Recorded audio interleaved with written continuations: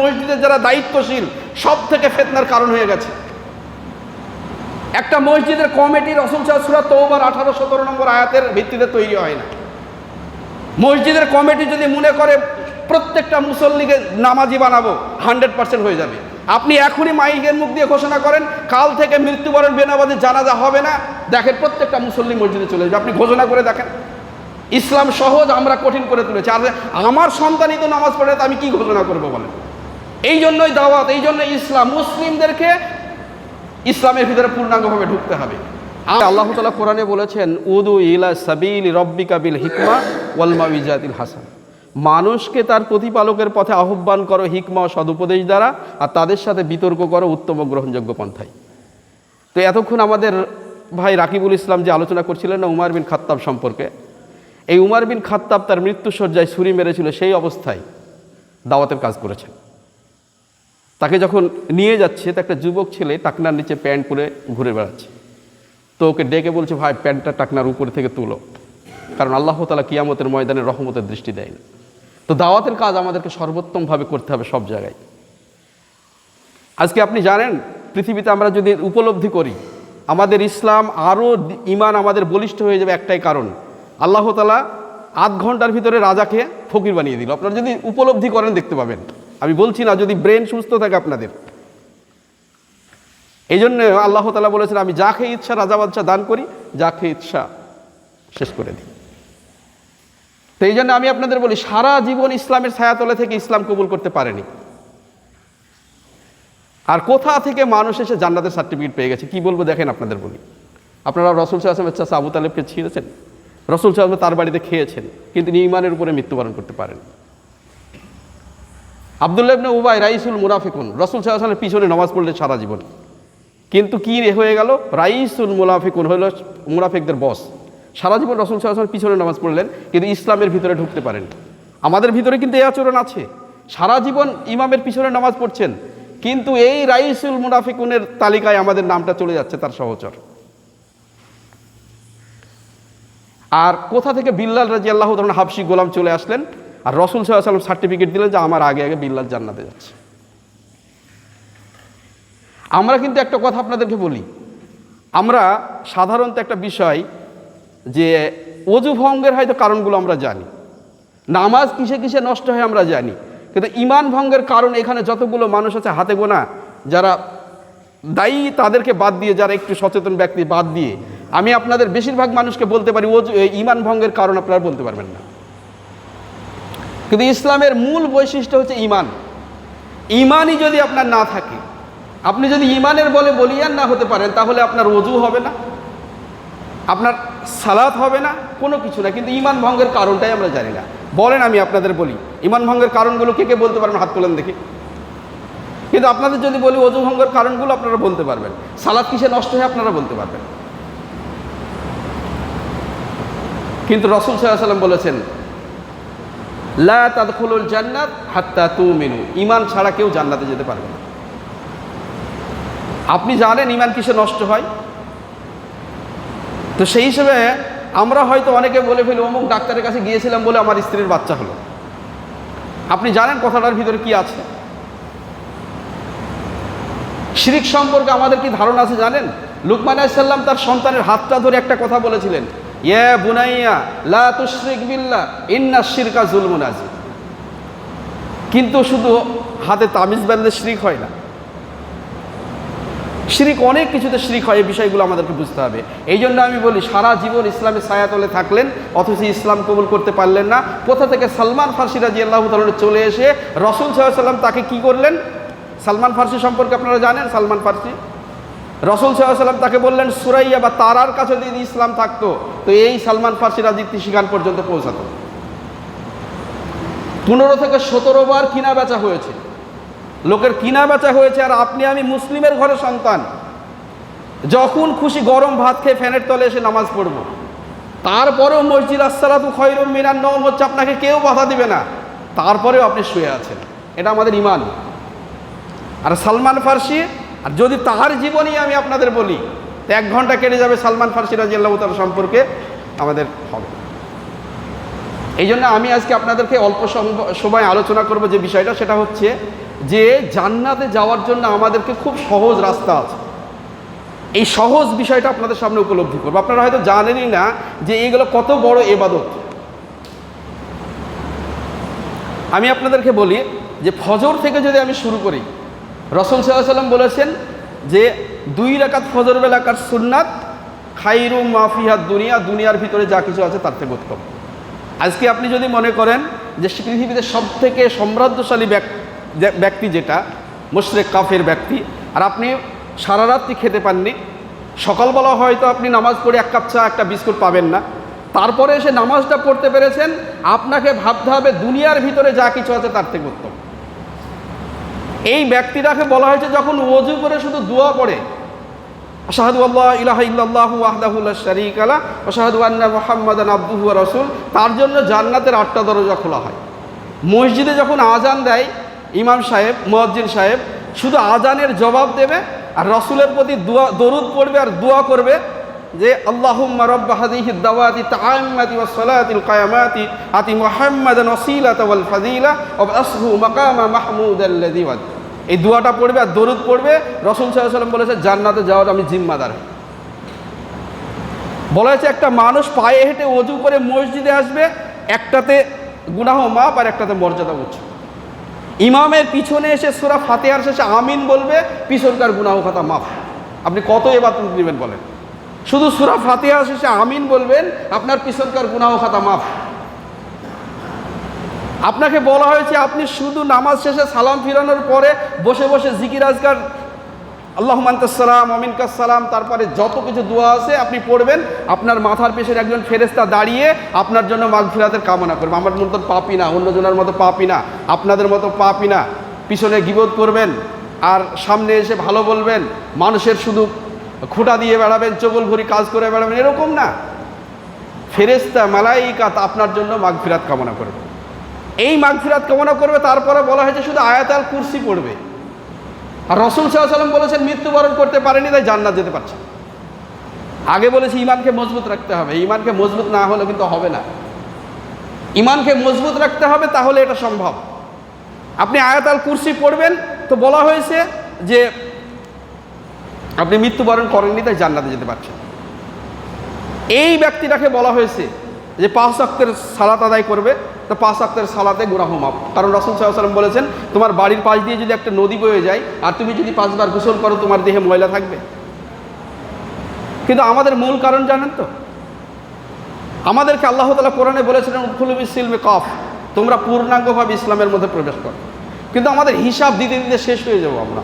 কিসের জন্য আমাদের সন্তানরা নামাজ পড়ে না, আমাদের স্ত্রীরা বেপরদা, আমাদের হালাল রুজি নাই, আমাদের কোনো কিছু নাই।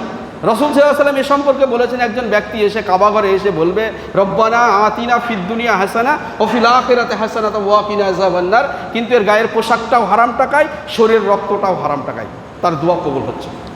কিন্তু যদি আপনি হালাল খেতে পারেন আর আকীদা মানহাজ ঠিক রাখতে পারেন, খুব অল্প ইবাদত করে আপনি জান্নাত চলে যাবেন। তার জন্য বলা হয়েছে শুধু 5 ওয়াক্ত ফরজ সালাত আর রমজানের সিয়াম। আপনি যদি অন্য সিয়াম নাও রাখতে পারেন, শুধু রমজানের সিয়াম রাখবেন, অর্থকড়ি থাকলে জাকাত দেবেন, আর কি করবেন বাইতুল্লাহ আল্লাহর ঘরে পৌঁছানোর মতো ধন সম্পদ টাকা থাকলে সেখানে যাবেন। বাস বুনিয়াল ইসলাম আলা খামস, ইসলাম 5টা স্তম্ভের উপরে দাঁড়িয়ে আছে। আর কালেমার অর্থ আর কালেমার গুরুত্ব আর কালেমার মানে তো মুসলিমরা বোঝেই না। এখানে যতগুলো মুসলিম আছে আমি 100% বলতে পারি ইমান ভঙ্গের কারণ তো জানে না, আর কালেমার বিষয়টা আমি আপনাদেরকে বলি সত্যিকারের কালেমার মানেটাও বলতে পারে না মুসলিমরা। যে মুসলিমদের উপরে বলা হয়েছিল সূরা মুহাম্মদের ভিতরে এসেছে যে এই দ্বীন ইসলামের জ্ঞান অর্জন করা ফরজ, কিন্তু আমরা তো ফরজ ইবাদত জানি না। আপনাদেরকে আমি বলি যে আমরা ফরজ জোহরের সময় ফজরের সময় না জামাত পড়ি না, কেউ মৃত্যুবরণ করুক তার জানাজা পড়তে যায়, কিন্তু আপনার জানাজা পড়ে ফায়দাটা কি? জানাজি পড়া মুসল্লি আমাদের বেশি, শুক্রবারের নামাজ পড়া মুসল্লি বেশি, ঈদের নামাজ পড়া মুসল্লি বেশি, কিন্তু এ কি ফায়দা বলেন এ নিয়ে? এই জন্য আমি আপনাদেরকে বলি যে আমরা ছোটোখাটো বিষয় নিয়ে ঝামেলা করি, দেখেন সেগুলো বড় গুরুত্ব না। আমাদের রমজানের সিয়াম সম্পর্কে আমার সন্তান রাখছে না, ঝামেলা করি না। কিন্তু আপনি যদি ফেতরা নেন এই মসজিদ কমিটি, আপনি এসে ইমামকে গরম দেখাবেন, আপনার লাঠির জোর দেখাবেন। দেখেন না অনেক মানুষ দাড়ি রাখে না, ঝামেলা হয় না, টুপি নিয়ে ঝামেলা, নামাজে পড়লো কি না পড়লো এই নিয়ে ঝামেলা। কুরবানির মাংস সম্পর্কে কাকে দিতে হবে, কি একটু বেশি খেলে সমস্যা কি, এ বিষয়গুলো ঝামেলা করবে, কিন্তু কুরবানি কোন টাকাটায় কিনেছে, কোরবানি খুদ না নিখুঁত, এ বিষয়টা দেখে না। এই জন্য সবসময় ইসলামের যারা জ্ঞানী মানুষ, আল্লাহ তাআলা সূরা নিসার 31 নম্বর আয়াতে বলেছেন, তোমরা বড় গুনাহ থেকে বেঁচে থাকো, ছোটগুলো আমি এমনিই মাফ করে দেব। যে আল্লাহ তাআলা এত রহমানের রাহিম, সেই ব্যক্তিটা বলেছেন তোমরা বড় গুনাহ থেকে বেঁচে থাকো, কারণ ছোট গুনাহ থেকে আমরা বাঁচতে পারবো না। আল্লাহ তাআলা ভালো জানে ছোট গুনাহ থেকে আমরা বাঁচতে পারবো না। এই জন্য আমাদেরকে ছোট গুনাহগুলো ওযু করলে মাপ, ইমামের পিছনে ফাতিহা সূরা পড়লে মাপ, আরে আশুরার সিয়াম পালন করলে বলা হয়েছে 1 বছরের গুনাহ মাপ, আপনার এই আরাফা সিয়াম পালন করলে বলা হয়েছে 2 বছরের গুনাহ মাপ, বলা হয়েছে রমজান মাস পড়লে আপনার পিছনকার গুনাহ মাপ, রমজান মাসের লাইলাতুল কদরের রাত্রি জাগলে 83 বছর 4 মাসের সমপরিমাণ সওয়াব আপনার আমল নামায়। আপনি কি করবেন বলেন? রাস্তা থেকে কষ্টদায়ক বস্তু সরিয়ে দেবেন, সাদাকা, মানুষের সাথে হেসে কথা বলবেন, সাদকা, স্ত্রীর সাথে সহবাস করবেন, দোয়া পড়ে সাদকা, সন্তানদের মুখে খাবার তুলে দেবেন সাদকা, দান করেছেন তার সমপরিমাণ নেকি। আপনি জান্নাত আপনার জন্য সহজ, জান্নাত কঠিন না। সন্তানদের মুখে বাজার থেকে পেঁয়াজি কিনেছেন, সিঙ্গাড়া কিনেছেন, ঝালবড়া কিনেছেন, আপনার সন্তানরা খাবে, হালাল টাকায় কিনেছেন, দান করেছেন তার সমপরিমাণ সওয়াব।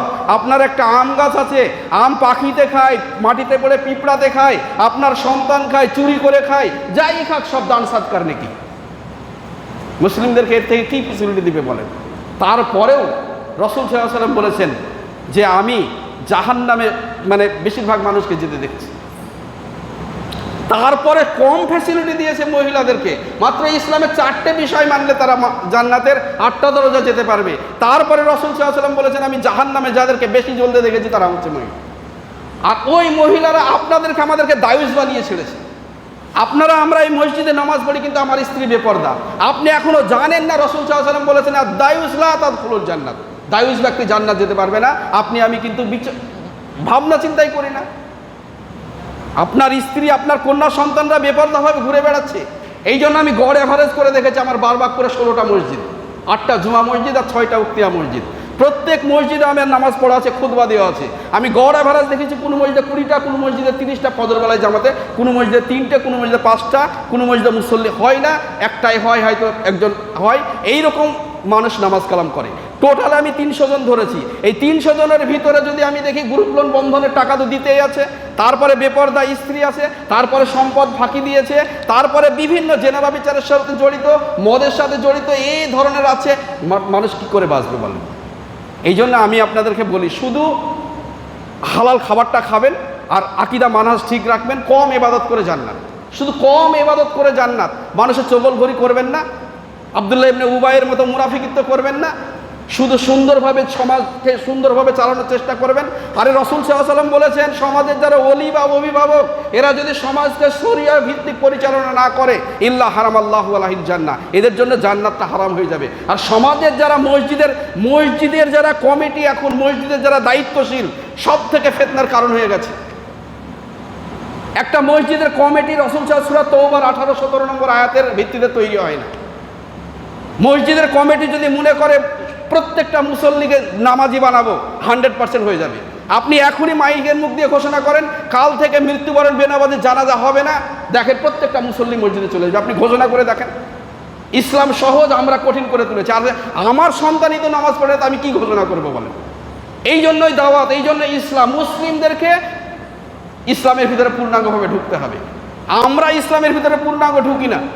এই জন্য বাংলাদেশের একজন মহিলা ইসলাম কবুল করে, মুশরিক হিন্দুর মহিলা ইসলাম কবুল করেছে, আর মুসলিমের বেপর্দা মহিলারা তাকে দেখতে যাচ্ছে, শুধু ওড়না ব্যবহার করেনি, খালি গায়ে দেখতে যাচ্ছে, আর ওই হিন্দু মহিলা বুরখা পরে বসে আছে, কারণ সে পড়াশোনা করে ইসলাম কবুল করেছে। আর আমাদের মতো মুসলিমের মা বোনেরা দেখতে যাচ্ছে বেপর্দা হবে, চল অমুক জনা বলে মুসলিম হয়েছে। চিন্তা করতে পারেন? আসলে জানেন, শয়তান আল্লাহ তাআলার সাথে চ্যালেঞ্জ করে এসেছে। আদম সন্তান যখন দুনিয়াতে জন্মগ্রহণ করে, আল্লাহ তাআলার কাছে শয়তান বলেছে প্রত্যেকটা আদম সন্তানের সামনে, পিছন, ডান দিক থেকে আক্রমণ করে জাহান্নামে নিয়ে যাব। শয়তানের কাজ হচ্ছে গুনাহর দিকে ডাকা, আর আল্লাহর কাজ হচ্ছে ক্ষমা করে দেওয়া। আল্লাহর কাজ হচ্ছে ক্ষমা করে দেওয়া। গুনাহ হয়ে যাবে, আপনি 6 ঘন্টা পর্যন্ত আপনার আমলনামায় লেখা হয় না গুনাহ। তারপরে আস্তাগফিরুল্লাহ বলে তওবা করবেন, তো আপনার বদৌলতে নেকি পাবেন। আর নেকির কাজ শুধু সংকল্প তৈরি করবেন, মনে মনে ভাববেন তাহলে আপনার আমলনামায় নেকি লেখা হবে। এর থেকে ফেসিলিটি আপনাকে কি দেবে বলেন?